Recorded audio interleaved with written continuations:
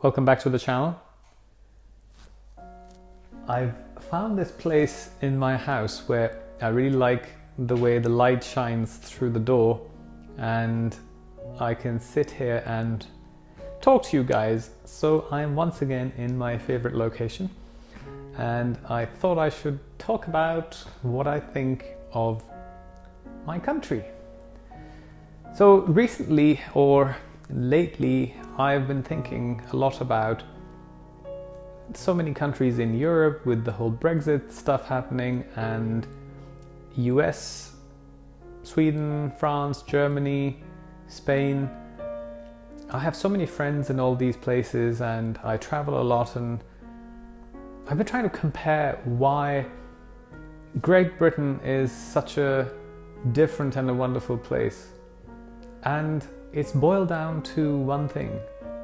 I think we are one of the most tolerant and accepting nations on this planet. And I say this because I am absolutely certain and sure of it. I should point out, before I go ahead and talk about various nations and people, that I don't have anything against any country. I have really good friends in all those places. I love those countries that I go to. And the reason I know their cultures so well is because I travel and visit them so frequently. So this isn't criticism or an insult towards other countries. This is just a comparison and me trying to understand why my country is different.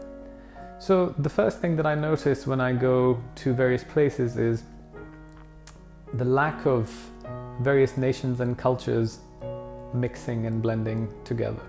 We have so many different nations living in the UK from all around the world, and even within UK, England, Wales, Scotland, Northern Ireland, very different cultures, very different societies. Even the language is slightly different. We all speak English, but it's just like the Americans also speak English, but we don't understand each other. Anyway, I'm kidding. But the point is that we are used to having all these mixed cultures, and we don't judge people based on their looks or background or various things. An example of that is American television versus British television, or American movies versus British movies. Our actors, people make fun of them and say, oh, the Brits are ugly. Unfortunately, it's a very nasty thing to say, because the Brits are extremely good looking and they're a very handsome nation. The only difference is that we don't choose all the good looking people to be on screen. We choose people based on their acting skills, whereas Hollywood only chooses people for their looks, unfortunately. If you're beautiful, you move to LA, you become a model or you become an actor, you are just told from day one that the world is going to be your oyster, and because of your looks you're going to get ahead. That doesn't work in the UK. We don't care about looks so much. We're not that superficial. In America, people are holding on to their dear looks with plastic surgeries for eternity, and while the English actors just grow old gracefully. If they go bald, if they go grey, then that's it. Whereas the Americans, you can see they have wigs and hair implants, and they have their faces tucked behind their ears. It's just because of the cultural differences and the society of how it works. They don't get work if they don't look beautiful, whereas we focus more on talent.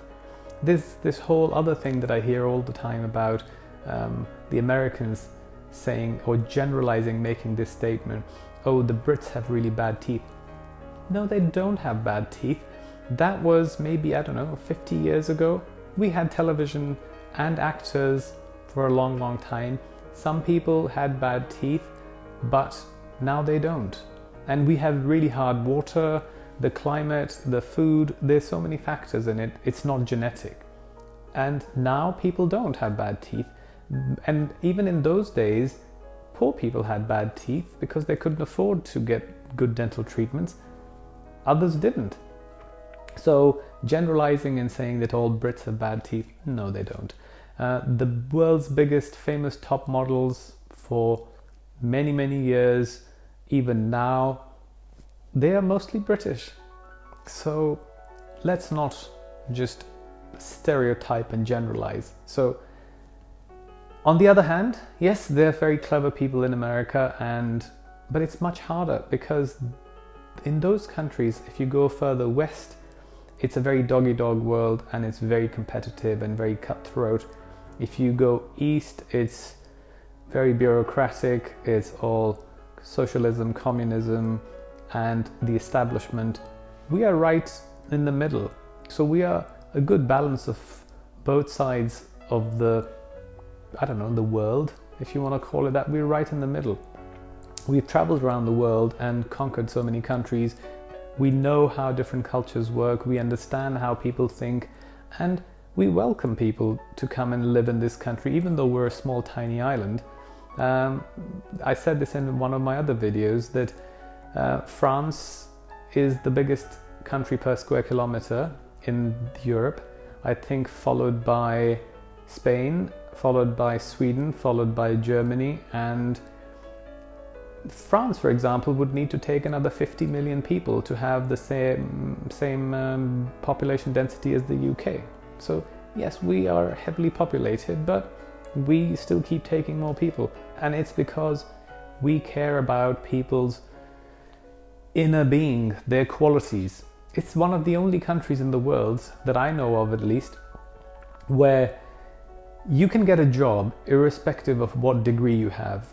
You could be an investment banker and you had a degree in philosophy or history or arts, because people judge you based on your skills and your abilities rather than what you studied at university. Whereas most of the other countries, people follow a career path that they may or may not have correctly chosen or like, but then they're stuck with it for the rest of their lives and they can't get out of it. Whereas in the UK, people come here from all around the world with various types of degrees and qualifications, and then they flourish and they do other things. I, for one, am a medical doctor. I moved from medicine and it was fairly easy to switch into business consultancy and business transformation, technology, and now I do a lot of post-merger integration, M&A work, divestiture planning. Yes, I did an MBA, but I got those jobs before, and I had already worked in the industry for about maybe 2 to 5 years before I went and did an MBA. And honestly, the MBA is just a piece of paper that proves to other people that I am capable of doing what I say I can do. Otherwise, I could do everything anyway. And all the work that I do is my own brain and my skills and my abilities. It's nothing to do with what I've learned from textbooks and academics, basically.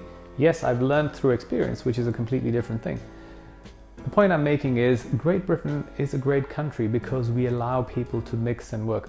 Yes, we've made some mistakes, I agree. But we are too eager to accept our mistakes. So I'm not going to go down that road and point out the things. The only one thing that bothers me about us is that we allow too much freedom. We allow people who come from different countries to create their own communities. I think there should be certain laws that are enforced that say you have to learn the culture, you have to learn the language. There should have some quotas where you cannot have people from one country emigrating and living in one part of a city or a region or whatever area they decide, because the trouble is then they create ghettos and they don't mix with the indigenous population, which damages their further generations. That's the only thing. That's the only criticism I have. Otherwise, I think we're an amazing place. So let's be proud of it. I think this video has become more of a rant because when I start talking, I can't stop, and I have so many things and views and ideas in my head, and I just keep going on and on. So I will stop here. But I just wanted to say I'm really proud of being British, and if you're British and you're watching this, you should be proud of it too. Thanks for watching.